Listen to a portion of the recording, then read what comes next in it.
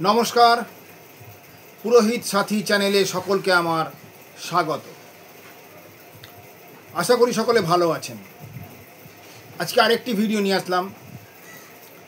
আপনাদেরকে আমি বলেছিলাম যে আমি যখনই সময় পাব কর্মব্যস্ততার ফাঁকে তখনই আপনাদেরকে কিছু না কিছু ভিডিও দিয়ে, তথ্যমূলক ভিডিও দিয়ে আপনাদেরকে সাহায্য করব।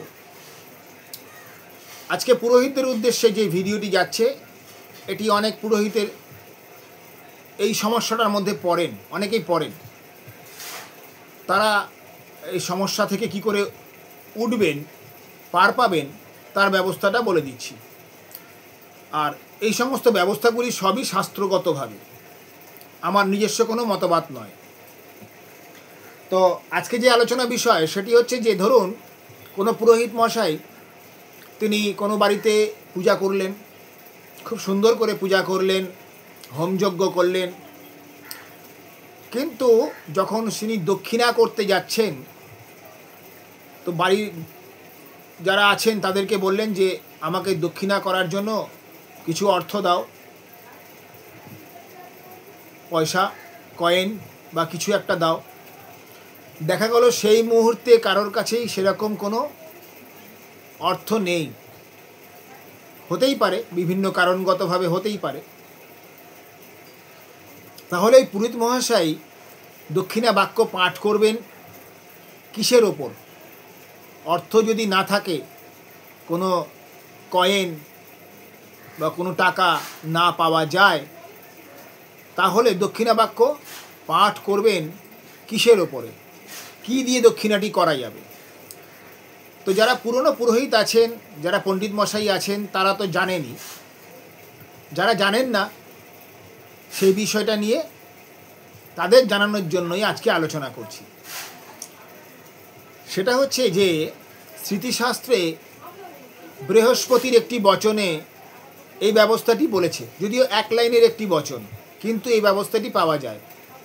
কি না, যদি কোনো ক্ষেত্রে পূজাতে হোক বা অন্য কোনো কর্মে হোক দক্ষিণা করার জন্য অর্থ না পাওয়া যায়, যেটাকে আমরা কাঞ্চন মূল্য বলি, এই কাঞ্চন মূল্য যদি না পাওয়া যায় তাহলে ফল দ্বারা দক্ষিণা করা যাবে, ফল দিয়ে দক্ষিণা করতে পারবে।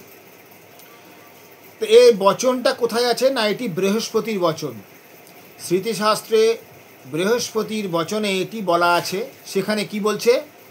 অলাভে ফলমূলানাং ভক্ষণাং দক্ষিণা দদাতি। বৃহস্পতির বচনে কি বলল? অলাভে, যদি আমি কাঞ্চন মূল্য করার জন্য অর্থ না পাই, অলাভে ফলমূলানাং, ফল দিয়ে, ভক্ষণাং অর্থাৎ যেটি খাওয়ার উপযোগী ফল, সেই ফল দিয়ে দক্ষিণা দদাতি, দক্ষিণা দেওয়া যাবে। সাধারণভাবে আমরা যেটা করি, হরিতকি ফলের ওপরেই এইটি করে থাকি, এই দক্ষিণা বাক্য পাঠ করে থাকি। কেন হরিতকি ফলের উপরে করি?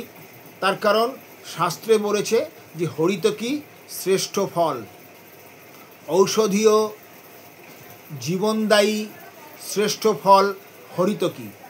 সেই কারণেই হরিতকি ফল পূজায় অধিক পরিমাণে ব্যবহৃত হয়, দেবকার্যে হোক বা পিতৃকার্যে হোক ব্যবহার করা হয়। আর সেই হরিতকি ফলটা দিয়েই দক্ষিণা করা যাবে, কারণ সেটি খাবার উপযোগী। যদিও সরাসরি অনেকে হরিতকি খেতে পারবে না, অত্যন্ত কষযুক্ত একটি ফল, কিন্তু মারাত্মক উপকারী ফল।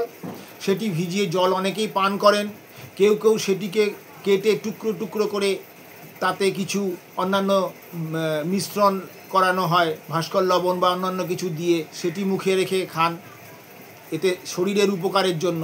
তাই ওটি ভক্ষণযোগ্য, মানে যোগ্য, খাওয়ার উপযোগী, তাই সেটি দিয়ে এই দক্ষিণা বাক্য করা যাবে।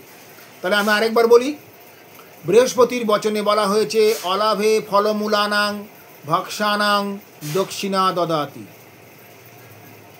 অর্থাৎ যদি কোনো রকম অর্থ না পাওয়া যায়, কাঞ্চন মূল্য করার জন্য দক্ষিণায় কিছু না পাওয়া গিয়ে থাকে, তাহলে হরিতকি ফল দিয়ে অবশ্যই দক্ষিণা করতে পারবে, দক্ষিণা বাক্য পাঠ করতে পারবেন। এইটুকুই ছিল আজকের ভিডিও।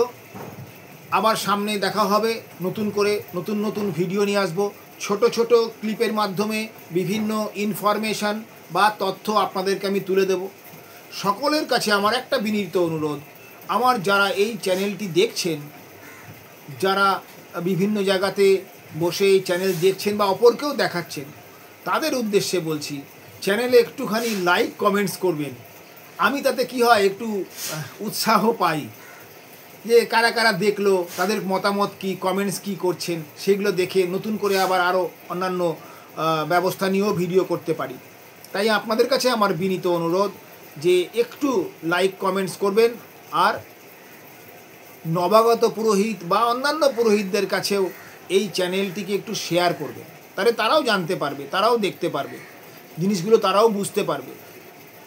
আর সাবস্ক্রাইব যারা করেননি তাদের কাছে আমার আবার অনুরোধ যে আমার চ্যানেলটিকে সাবস্ক্রাইব করে নিন, বেল আইকনে প্রেস করে রাখুন, তাতে খুব তাড়াতাড়ি আপনারা আমার ভিডিও সাথে সাথে পেয়ে যাবেন, বেরোনোর সঙ্গে সঙ্গে আপনার কাছে চলে যাবে।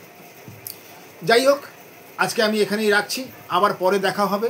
নমস্কার নেবেন, সকলে ভালো থাকবেন। জয় মা, জয় গুরু।